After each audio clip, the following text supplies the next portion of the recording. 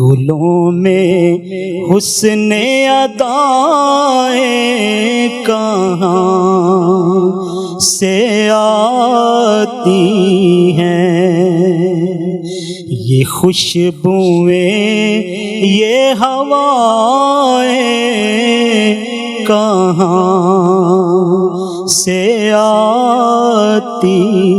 ہیں۔ ماشاءاللہ ماشاءاللہ، جزاک اللہ۔ پیر صاحب، قرآن خود گواہی دے رہا ہے، نشانیاں ہیں یہ دونوں پہاڑ تو اور بھی ہیں، لیکن خاص ان کے لیے نشانیاں کہنا، اول تو جسے اللہ رب العزت اپنی نشانی قرار دے دے اس سے مراد کیا ہوتی ہے، اور پھر یہ عزت اور وقار کیسے ملی؟ بسم اللہ الرحمن الرحیم۔ بہت شکریہ۔ قرآن مجید فرقان حمید نے ان الصفا والمروۃ من شعائر اللہ بے شک کہہ کر ان دو پہاڑیوں کو اپنی نشانیاں قرار دیا۔ حالانکہ مکہ المکرمہ جو کہ مبارک شہر ہے اور تمام اللہ کی نشانیاں، وَاتَّخِذُ مِن مقام ابراہیم مصلی، بے شک، کہیں حجر اسود ہے، کہیں رکن شامی ہے، کہیں جناب یہ ہے، کہیں وہ ہے، یہ تمام اللہ کی نشانیاں ہیں۔ لیکن یہ دو پہاڑیاں کہ جہاں وہ حضرت ہاجرہ سلام اللہ علیہ جو توکل الہی پر حضرت سیدنا ابراہیم علیہ السلام ان کو یہاں چھوڑ کر جا رہے ہیں، اور یوں کہیے کہ اللہ کا شہر مکہ المکرمہ جہاں کعبہ ہے اس شہر کو بسایا جا رہا ہے۔ واہ، اس شہر کو بسانے کے لیے حضرت ابراہیم علیہ السلام، حضرت ہاجرہ سلام اللہ علیہ اور حضرت اسماعیل علیہ السلام کو چھوڑ کر جا رہے ہیں۔ ان کا توکل دیکھیے اپنے خدا پر، اور ان کا ارادہ دیکھیے، ان کی مشیت الہی دیکھیے کہ اگر ہم دنیا کے تقاضوں پہ رکھیں اس بات کو یا دین کے تقاضوں پہ لے آئیں تو اپنی اکلوتی اولاد کو چھوڑنا اور اپنی زوجہ کو چھوڑنا، اور اس وادی غیر ذی زرعن میں کہ جہاں دور دور تک انسانوں کا کچھ بھی نہیں تھا، تو وہاں چھوڑ گئے، یہ توکل الہی پہ آئے ہیں اللہ کی مشیت پر، اور قربان جائیں کہ جناب سیدہ ہاجرہ سلام اللہ علیہ صفا سے جاتی ہیں مروہ کی طرف، مروہ سے صفا کی طرف۔ آج بھی اور قیامت تک کے لیے جو بھی زائر مکہ جائے وہ مروہ سے صفا نہیں جا سکتا، اس کو صفا سے مروہ ہی جانا پڑے گا، وہی رکھنی پڑے گی، ترتیب وہی رکھنی پڑے گی۔ اور وہ تو اس وقت اسماعیل علیہ السلام نظر نہیں آ رہے تو جناب ہاجرہ تھوڑا سا دوڑتی ہیں، تیز قدمی چلتی ہیں، لیکن آج تو وہاں یہ کیفیت نہیں ہے۔ لیکن اس کے باوجود فرمایا کہ آج بھی اسی ادا پہ چلو گے۔